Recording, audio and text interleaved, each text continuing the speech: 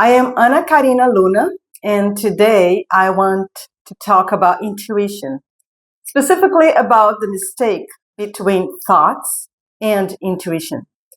The reason I want to talk about this is because I've seen this word being used in a way that I consider misleading, especially among scientists and in certain academic situations, like academic conversations. All right. Conceptualizing intuition is almost an oxymoron, something counterintuitive. Why? Well, because when I talk about intuition, to start with, I am talking about something that's felt deep inside. So to conceptualize intuition is a bit of a mad task. It's contradictory. The mind is not good at knowing a knowing that comes before words. Well, maybe that's already a good description of intuition, right? A knowing that comes before words, therefore, before the mind. It's a vast conversation. I think a thesis could be done in this subject. What I am attempting today is to give one perspective on how I came to understand what intuition is and what it resolved inside my head and why I think it's important. It is said intuition has a connection with the pineal gland, since it has been referred to as the seat of the soul by René Descartes. The pineal gland is located at the center of the brain, and it's also aligned with the third eye here between the eyebrows. But I became sort of distrustful of René Descartes after I started meditating many years ago. His phrase, I think, therefore I am, I believe gets us in so much trouble. In fact, I almost feel the need to be dramatic about it. I even believe this phrase is costing lives of every being that seemingly does not think as we do, as we relate thinking with having a consciousness. And like only us have this consciousness. So if an animal or a plant has no proof of argument of thinking, therefore, are they not? Do they not exist?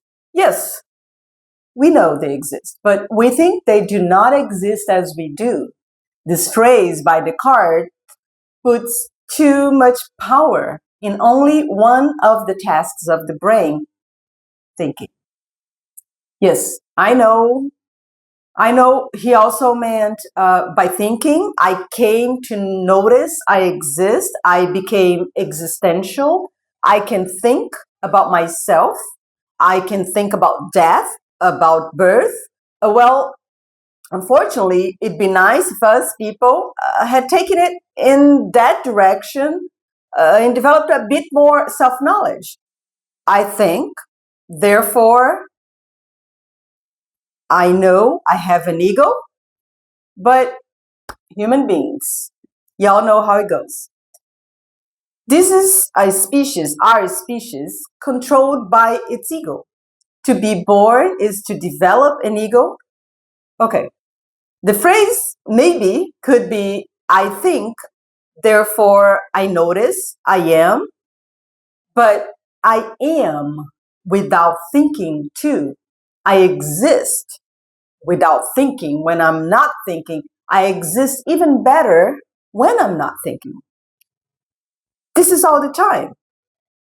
We exist all the time without thinking. Given the nature of the mind, we all forget that it can be brainwashed. And if we don't know our mind well, which is a hard thing to do, it's hard to know what's inside of it. Is it us or a bunch of other things that control us?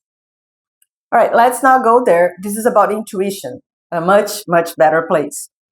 But before I'm done whipping the mind, let me say that curiously, this idea has been finally exposed now as even AI thinks. And Because, well, things, right? Because neuroscience is discovering all other amazing things that the brain and the body do together. But by the way, amazing things which priestesses and shamans and true artists have known since time immemorial. There is even one religion, Buddhism, that has already stated that a better phrase is just I am. I too used to be confused about what intuition meant because the mind is so present all the time. It became so important. So I researched about it. This research was part of my soul path, but also of my path as an artist, which to me are the same path.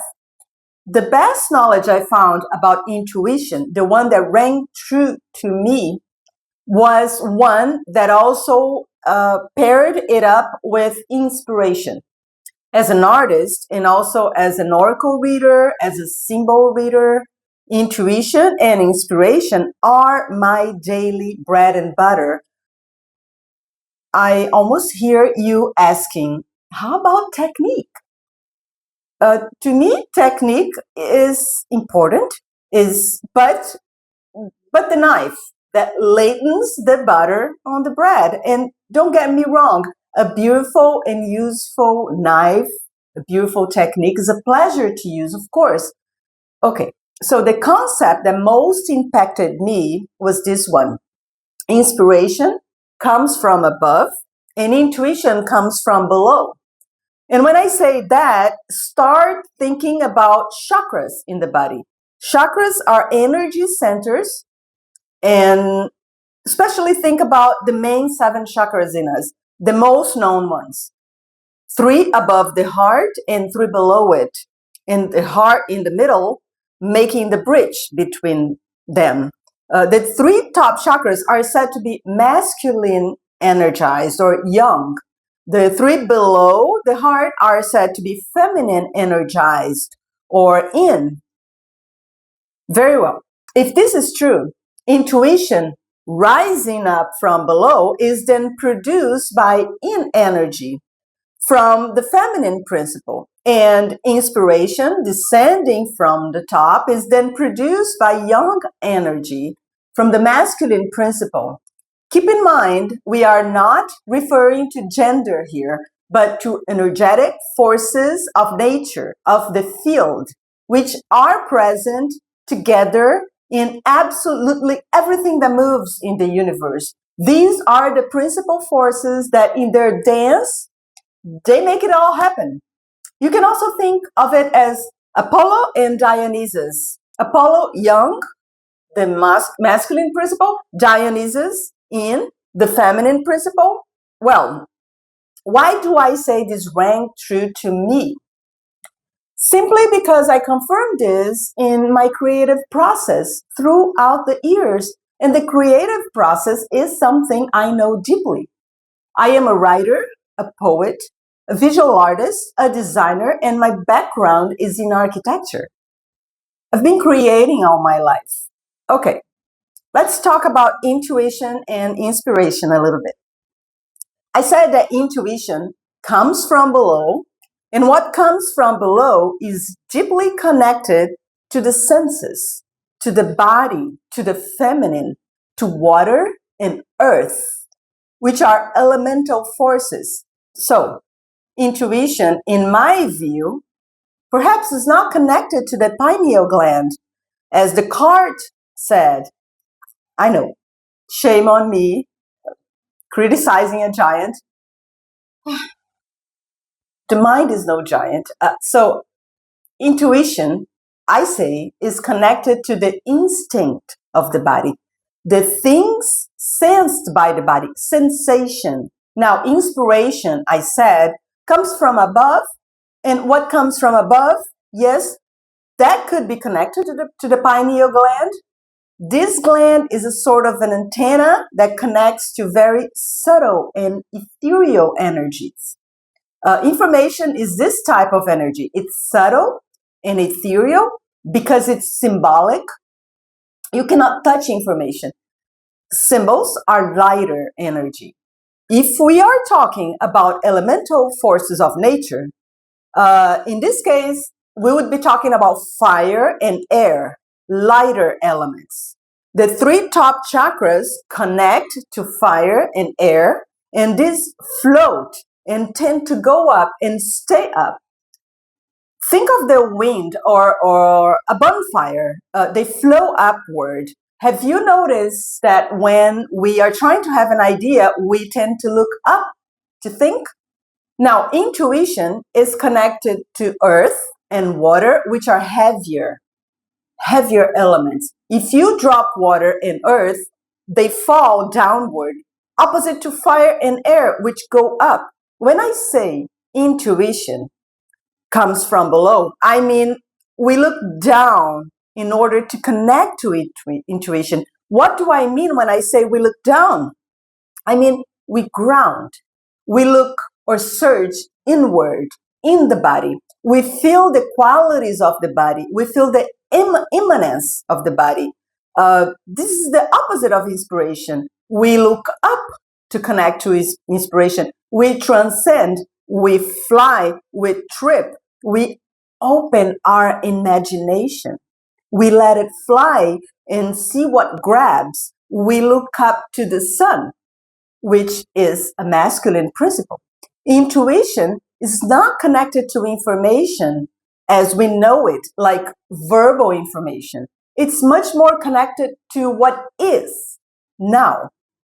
Again, a deep knowing that comes from within, from below, from earth within us. Earth is a feminine principle, in a sense that it's also a type of information, just not a thought. So our senses, what we feel in the body, are like antennas that receive or grab or perceive truths that are going on inside us or right around us in the world. This is the work of intuition, the work of our senses, of the bottom three chakras, the root chakra, sacral chakra, and the solar plexus. The pineal gland is receiving, connecting to information that's flying above us. This is the work of our top three chakras, the coronary chakra, the third eye chakra, and the throat chakra. A lot of this is perceived without our conscious mind noticing, mostly, be it intuition or inspiration.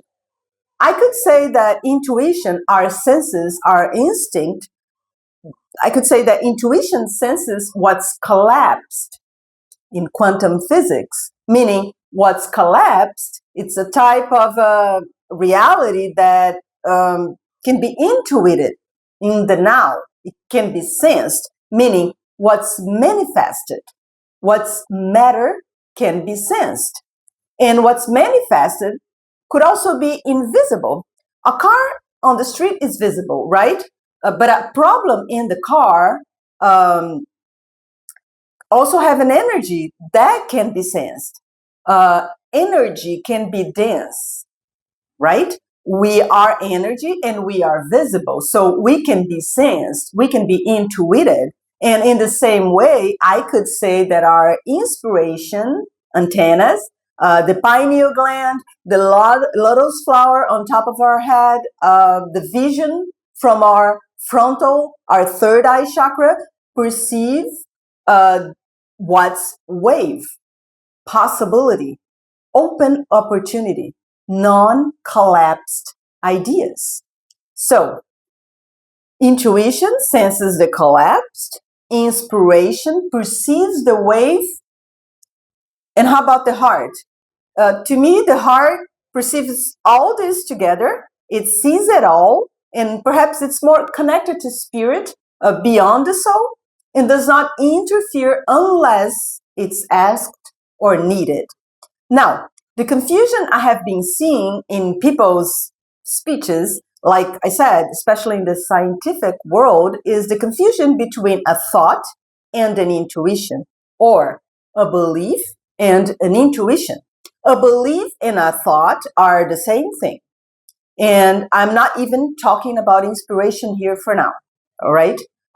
If you have a belief that you found out yourself through direct experience, through first-hand experience, this is a knowing, not a belief. A belief is of the mind. It is the mind that needs to believe. The body knows, the heart knows. It is the mind that doubts. Intuition usually does not fail. It's made not to fail. So animals have intuition. How do they survive in the forest? Without maps, without supermarkets, drugstores, without lawyers. Animals haven't disconnected from intuition as we have. We still have it, but the rational mind has taken over. The rational mind does not know how intuition works because intuition is older than that. Intuition is ruled by the reptilian brain, and in that sense, intuition is very connected to the unconscious part of our mind, the territory of art, the territory of the body. This part, the reptilian brain, is archaic. And archaic here does not mean obsolete, like something that's not functioning well. No, on the contrary, it's wiser. Intuition is wise. It has to be. And intuition is wiser because it's not listening or told what to do by the frontal cortex, the rational mind. Just to give an idea, our brain has three parts. The reptilian brain is 300 million years old. The limbic brain, a relational brain, what makes us mammals, where we bond with others, is 100 million years old. And the cortical brain, in front here, is about 4 to 5 million years old. Still, the rational brain thinks it's the greatest thing of all times. What I have been seeing is a variety of scientists and philosophers saying our intuition was wrong about this or about that, regarding wrong conclusions done by science assisted by the mind. When I believe they should say our belief was wrong. To say an intuition was wrong, as I hear people saying, is possibly another oxymoron. What was wrong was a false belief. Only a thought can be misleading. Never, ever an intuition. Now, in this day and age, what mortal, who can have access to the real deal, to intuition? Who nowadays? It's difficult. So, when I hear in these conversations between philosophers, scientists, doctors, men of the law, that quantum physics goes against our most known or most deep intuitions, quantum physics goes against rational mind's beliefs. It challenges the mind, the ways of the mind, not the ways of our intuition. In fact, they couldn't be farther apart, beliefs and intuition, or the rational mind and intuition. They're about 295 million years apart, right? So why is this important? Using the right word? First of all, to stop trampling over intuition, this true goddess, to stop degrading it. This is a theme, a habit, a chronic disease in our society, to pervert feminine concepts until they're weak and misunderstood, until they become fallacy, until they lose force. In intuition, it has force. It's a potency inside of us. Why do they do that to intuition? How could they? As I started this conversation explaining, intuition is a feminine force. The second reason this is important is that using the right words within the real meaning can get us ahead in the sense that we can have more clarity and understand more of the world within and without. So, a few examples. Intuition is literally felt in the body. Although we have forgotten how that works, the body, for example, gets rigid or gets loose or itches or burns or relaxes. It falls, a chill goes up the spine, the hair in the neck pulls, we have goosebumps, the eyes twitch, the hand sweats, the stomach turns, etc., etc., etc. These are the most obvious ones that we still sense, but there are probably hundreds of it, millions of it. All this is intuition working within our body all day long. Some intuitive signs, or we could say instinctive signs, let's get us accustomed to speaking of intuition this way, as instinct. So intuitive or instinctive signs can be very brief or delicate or almost not sensed. But this can be relearned, redeveloped, uncovered, revived. Meditation helps because meditation takes the rational mind out of the way so we can focus on what looks almost like a parallel world, but it is not, which is the world of our bodily intuitions. Basically, what's going on all the time, for real, daily. Pay attention what you feel when you enter rooms, when you leave rooms, when you see this or that person, or in any situation, when you're driving to somebody's house, for example. The problem too is that with the appearance of the rational mind, we came to believe, or we were convinced by the mind, that what's instinctual is low grade, it's stupid, that it doesn't know anything. We do this with babies. We believe they know nothing, and that babies exist for us to teach them. That's how we end up teaching so much garbage to babies, screwing up their lives. Sincerely.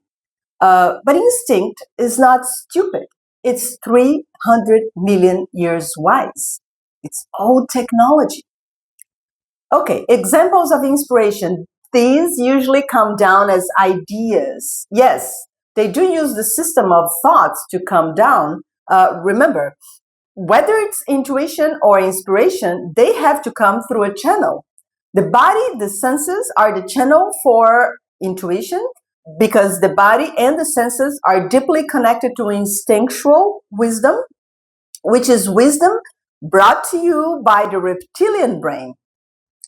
Inspiration also needs a channel, which can be the brain itself through its parts, like the pineal gland, and all the mechanism that produces regular thoughts. Now, how to differentiate between inspired thoughts, brand new thoughts, original, authentic thoughts, from existing patterns. That is the broken record taught us by parents, societies, school, etc. A clearer mind will help with this differentiation. That is, a mind where these old implanted thoughts have been either cleared out from our mind or put aside for what they are: noise, false beliefs. Once more, meditation helps in developing the ability to separate the wheat from the chaff, allowing the mind to decant like a wine, so the rational mind, with all of its thresh, can go to the bottom, and the rest of the mind can be clear to receive solar, sacred information. Because now the totality of the mind has been compromised. Remember, intuition is connected to the deeper mind, the reptilian brain. By the way, it is said that intuition is divine and inspiration is sacred. The feminine is divine and the masculine is sacred. And these are systems that truly work. They're not usually wrong. To my understanding, they are never wrong unless the rational mind gets in the middle of it all. So, intuition is a deep knowing that tells a truth. If you find out something you held as true is not true, then you didn't find that truth via intuition. It was an illusion, a performance only thoughts can do, and probably something implanted through generations ago. Meditation helps to differentiate what's a thought or a belief from what's an intuition, which is a true reading of something, somebody, or a situation. Therefore, intuition is a truth known in the body or by the body, right? A belief is a function of the superficial mind. A deep knowing is a function of intuition, of instinct. Have you noticed what animals know? Before raining, before earthquakes, before volcanoes erupt, before tsunamis? The same goes for inspiration, which in our culture is also treated as a renegade, as not worthy, because usually it's thought that inspiration is acquired when not making an effort. It's often accused of, you were not working. The rational mind, again, not knowing how the spirit or the soul works, says that inspiration happens only 1% of the time, which is a lie. In fact, the lie seems to be the base of the experience of the rational mind, this small part of the mind. I don't know where or how this experiment got so messed up in humans. But as we know, the rational mind, the frontal cortex, is still too young, only 5 million years old. Maybe the mind will come around. I hope so. It's quite amazing how the mind convinces us so easily that it's telling the truth and that inspiration and intuition are the ones lying. There is so much information hanging above us in wave fashion, to be collapsed into manifested life that would explode the poor cortical mind. In the same way, there is so much collapsed information being communicated to the body, and the body understands it. And that huge amount of intuitive information would also blow the mind away. Therefore, only the rational mind is not knowing what's going on, but wants to desperately. Scientists always had their exploratory interests started from intuitions and or inspirations. Intuitions can come as insights, as instant knowing, as instinctual sensations in the body. Inspiration can come as visions, as dreams, imagination, revelry. As Gaston Bachelard would say, the great French philosopher of imagination, I love him. Make a note that there is a difference between what we know through experience, through first-hand experience like intuition and inspirations, and what we know because others that have told us and we believed but didn't live. This includes books too, depending on how you go inside the book. We must know our experience, biblically know, as it is said, to know profoundly, to know as the back of our hands, to know with our eyes closed. Even if one thing might be true to others, it might not work for us. And if it doesn't work for us, it is not a truth to us. To be a truth to us, it has to resonate with our intuition. That means that our body will respond to it. A cry, a heat, an itch, a sneeze, or needs to be recognized as inspiration, like we were breathing for the first time. It enlives us. It's brand new. At the same time, it already looks like it's been there for 100 years. Only intuitions and inspiration can bring closer to the truth information to us, and that we can then make it into knowledge and maybe transform it into wisdom.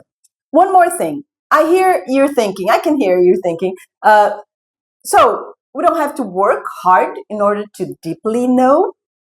Well, we have to be looking for something. The universe work as an oracle. You shall ask in order to get an answer. We start, and that's a divine sacred law. And that's a loving law because it's not intrusive, invasive. The universe is not going to tell what it doesn't want to be known. You're the boss, I'm the boss, but this asking is done not forcefully, not dully, not tediously, enslaving away, as our culture has taught us, but with curiosity, interest, pleasure, delight, like we're playing. And even when things come to us as inspiration or as intuition, if we want to share them with the world, we still need to give them work, either to communicate them or to give them shape, and that's creation, a pleasant work. And it's in this process that we also refine our understanding of intuitions and inspirations. The body already knows. The soul already knows. The heart already knows. So this refining is nothing more than the time that the rational mind needs in order to digest intuitions and inspirations. Because the mind not yet know. Researching, writing, shaping information, sculpting, painting, dancing, etc. It's all time and space for the mind to understand intuition and inspiration and not be so shocked. We also owe that to our little funny Valentine, this rational mind, which is a part of us too. It also needs to be helped a bit and loved. It has been too misdirected, although it doesn't know. And it has a hard time with the necessary humility. With the rest of our system, our body, our soul, our heart, so much so that when we are studying, researching, creating, we think we are coming in touch with that for the first time, but something already knows. The mind confuses that. By all means, we must search, study, philosophize, but we shall not forget that it is not all that is happening. Well, I have to say, of course, I love using my mind. It is an amazing tool if it's working for the right masters, in my view. I love the programming, the interviews I watch on YouTube that inspired me to do this talk. I love to study as well as to listen to all these amazing philosophers, scientists, and doctors of our time talking, discovering. I am just an artist paying attention. That's what true artists do. Thank you for watching. If you enjoy my verve, read my book. I am a novelist and a poet with 6 published books, 4 of poetry and 2 novellas, and I am revising my first larger novel. They're all written in Portuguese, but I do recommend The Dive, my latest novella, which I translated into English last year. It's about a paranoid soul having to choose a new life narrative out of 5 astrological charts. I'm also an astrologer and a tarot reader.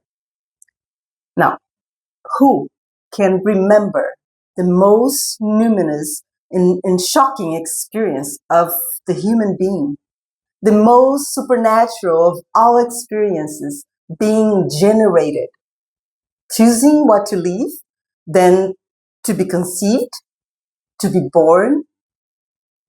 This experience is so potent that humbles the soul to confess all of its contradictions, all of the poetic, mystical, existential, even scientific conflicts that dwell inside his hybrid and neurodiverse mind. In the dive, the journey of choosing a new life and its following 9 month stay around and inside the great vase is told from the perspective of an adult, not a baby. The link to acquire the ebook is below.